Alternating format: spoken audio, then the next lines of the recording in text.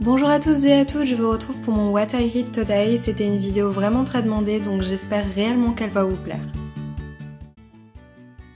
Je commence toujours ma journée avec un smoothie. Cette fois-là, j'ai pris des fraises congelées, une banane qui, elle, n'est pas congelée, et un tout petit peu d'eau de coco. Pour accompagner mon smoothie, je me suis servi de la pastèque coupée en dés sur laquelle j'ai juste mis quelques feuilles de menthe pour la fraîcheur et parce que c'est vraiment délicieux.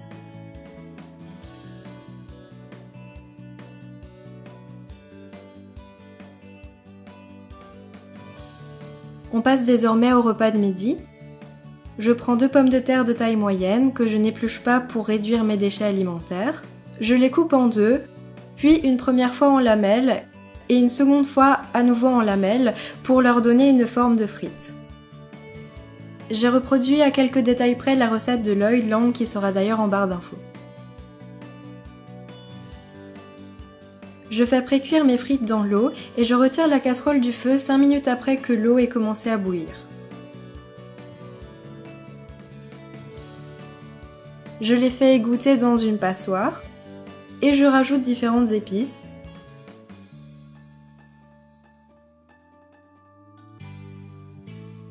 D'abord la moitié d'une cuillère à soupe de farine, une demi-cuillère à café de sel et des herbes de Provence et du curry selon mes goûts.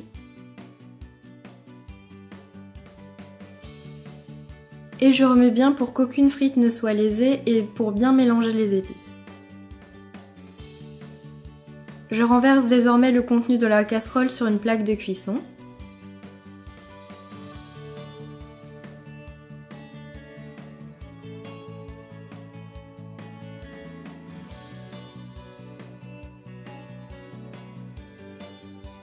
Et direction le four pendant 25 minutes.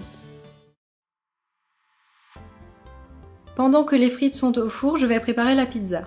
Je commence par couper les champignons en lamelles et je vais ensuite les faire revenir dans une poêle.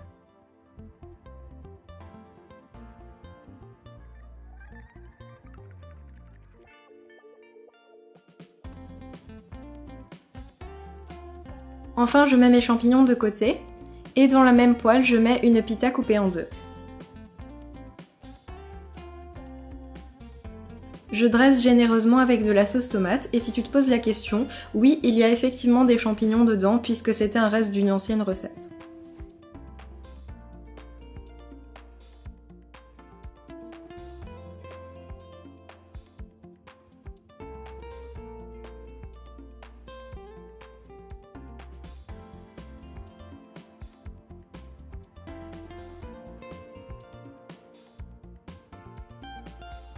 J'ajoute les champignons mis de côté et je couvre quelques minutes.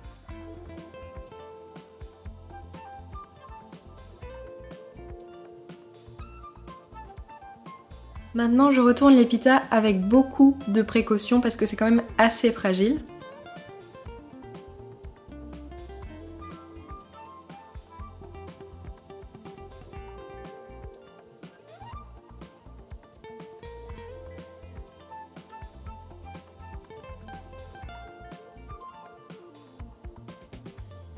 J'ajoute enfin le fromage végétal, celui-ci vient de Beda, mais si vous n'en avez pas, vous pouvez faire une espèce de sauce béchamel assez épaisse en mettant la même quantité de farine, de crème de soja et de margarine végétale. Et on couvre à nouveau pour faire fondre le fromage. Et voilà ce que ça donne, j'ai servi les pizzas avec les frites au four et j'ai juste ajouté un peu de pesto.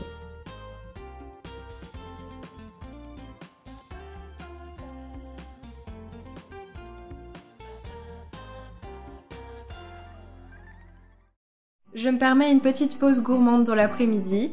J'ai mangé une part de gâteau déjà fait la veille et la recette ne venait pas de moi donc je vous ai mis le lien en barre d'infos. C'était une recette de moelleux au chocolat vraiment très facile à faire avec des ingrédients super simples.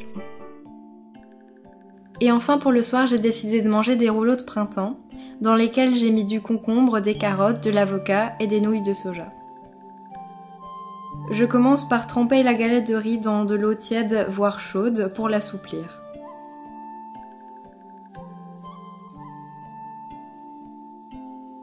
Je repose délicatement la galette sur un torchon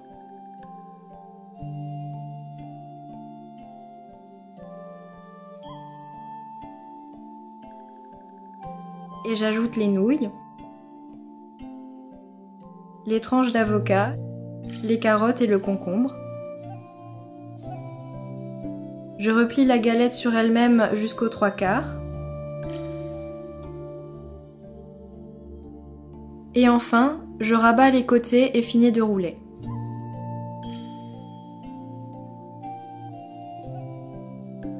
Si vous choisissez de manger ça avec de la sauce soja, coupez-la avec du sirop d'agave, c'est vraiment excellent.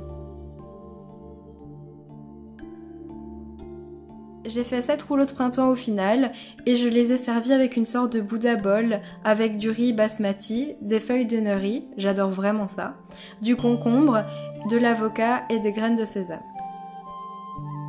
C'est la fin de cette vidéo, je voulais juste démontrer qu'on pouvait bien manger sans exploiter aucun animal. J'espère que ça vous aura plu et je vous retrouve pour une prochaine vidéo. D'ici là, buvez beaucoup d'eau, mangez plein de légumes. Bisous!